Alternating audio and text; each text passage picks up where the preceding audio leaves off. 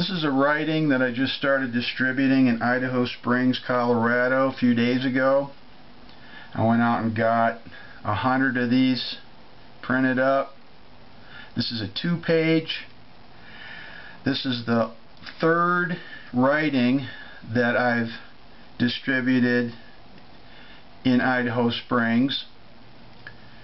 The other two, I got 200 of each of those and pretty much got all of those writings out except for maybe like 5 or 10 of each of those. And I only have maybe 10 of these left. I probably distributed 90 of these over the last few days. So they're getting used to me. I've been hitting mostly the commercial areas, talking to the merchants and people that do business downtown. Idaho Springs is a small town. It has probably around 16 or maybe 1,700 people. It's kind of like Mayberry, or I've related it to that. You see the friendly people on the Andy Griffith Show. People come up and talk to you, and they don't seem like crackheads to me, the ones that come up and talk. A lot of times they just I'll be in the yard, or I'll be somewhere, and I have not seen this much in bigger cities.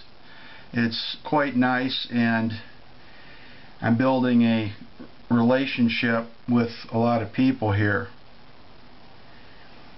So I'm going to go ahead and read this paper. Along the top of this it says, "Has anyone seen Double Agent Truman's Hellraiser cubes anywhere? It's a matter of national security fraud."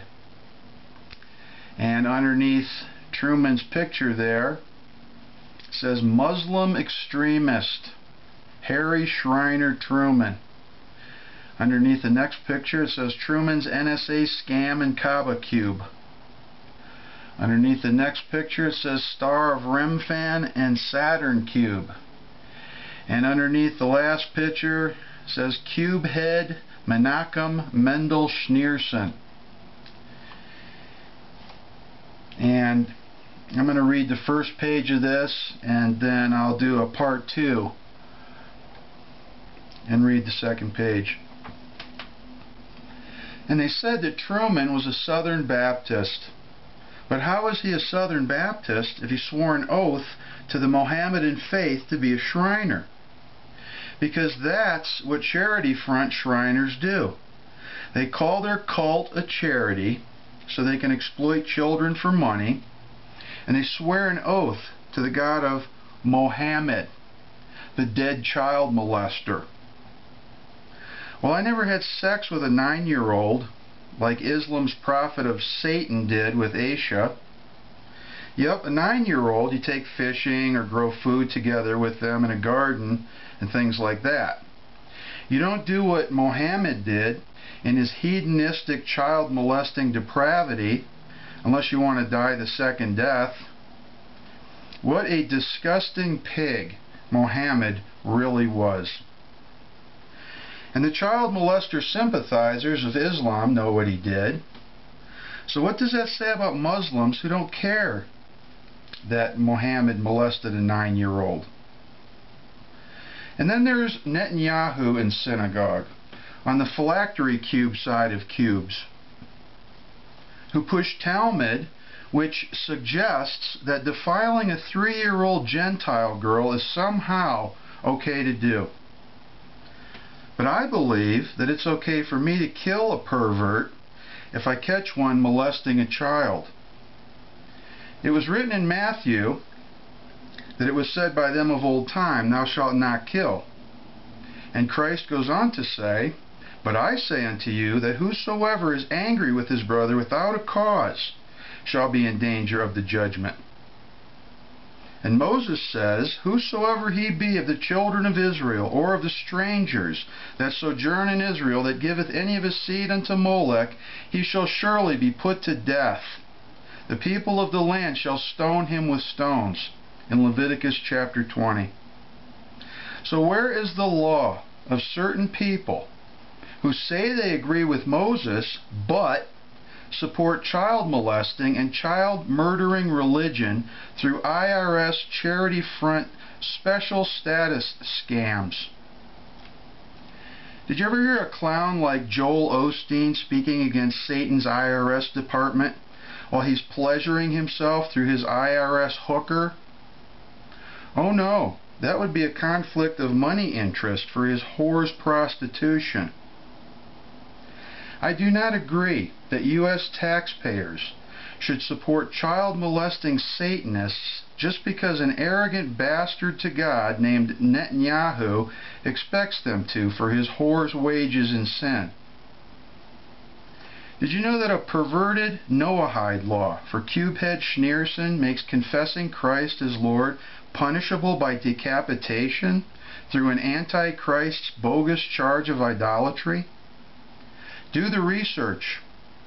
I'm not talking about the headhunters of Islam here.